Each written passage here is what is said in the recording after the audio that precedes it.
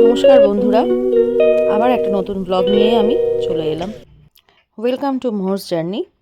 আজকের রেসিপি হচ্ছে চিংড়ি মাছের মালাইকারি। চিংড়ি মাছের মালাইকারি করতে অবশ্যই নারকেল লাগবে। নারকেলটা খুবই কচি এবং প্রথমে এইভাবে স্লাইস করে নারকেলটাকে কেটে নেওয়া হলো। এরপর এটাকে আমি পেস্ট করব।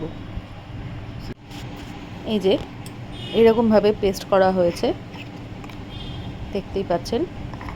একটু জল দিয়েছিলাম পেস্ট করার সময়। এখানে একটা এরকম সাইজের পেঁয়াজ নিয়ে নিয়েছি, এবারে এটাকেও পেস্ট করে নেব। আর নিয়েছি 4টে কাঁচা লঙ্কা।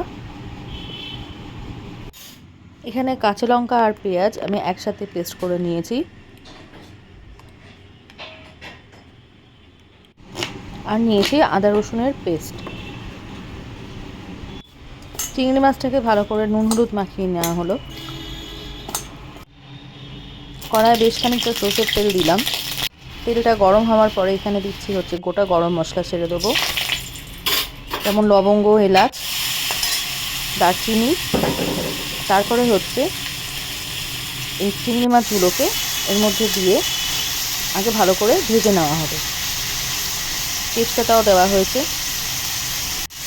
চিংড়ি মাছটা কিন্তু খুব কড়া ভাজা হবে না, নরম করে ভাজতে হবে। এখানে এই পেঁয়াজ বাটার মধ্যে একটু কাশ্মীরি লঙ্কা গুঁড়ো দিয়ে নিলাম রঙের জন্য। মাছগুলো ভাজা হয়ে গেছে নরম করে, এবারে তুলে নেওয়া হচ্ছে।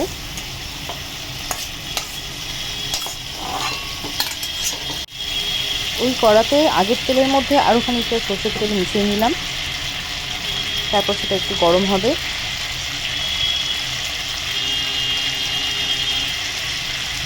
এবার ওই তেলের মধ্যে দিয়ে দিলাম হচ্ছে পেঁয়াজ বাটা।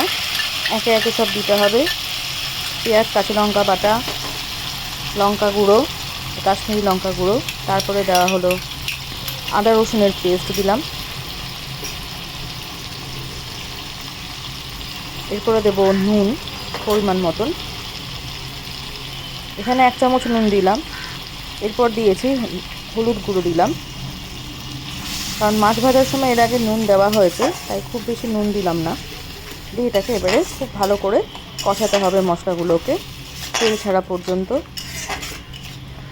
এটাকে কিন্তু খুব ভালো করে কষাতে হবে, নাহলে কিন্তু মশলার একটা কাঁচা গন্ধ ছাড়বে আদা রসুনের। সেই জন্য একটু ভালো করে কষাতে হবে।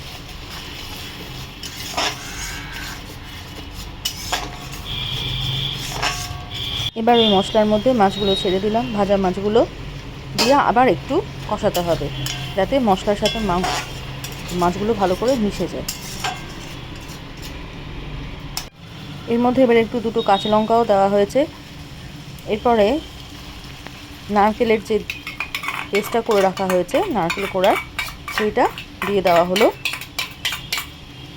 এটা পুরোটা দিয়ে এবারে ভালো করে নাড়তে হবে। এবার সব কিছু একসাথে খুব ভালো করে মেশাতে হবে, বেশ কিছুক্ষণ ধরে কষাতে হবে। এখানে মাছগুলো যদিও খুব বেশি বড় সাইজের নয়, মিডিয়াম সাইজের ছোটো ছোটো। এর থেকে বড় সাইজ দিয়েও তো করা যায় মালাইকারি। তো সেই একই সেম প্রসেসেই হবে।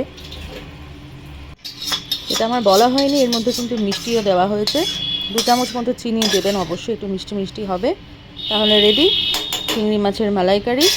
অবশ্যই আপনারা বাড়িতে ট্রাই করবেন এবং জানাবেন কেমন হলো। তাহলে আজকে এই পর্যন্তই। আবার খুব শিগগিরই আসবো একটা নতুন রেসিপি নিয়ে। সবাই সুস্থ থাকবেন, ভালো থাকবেন এবং আনন্দে থাকবেন।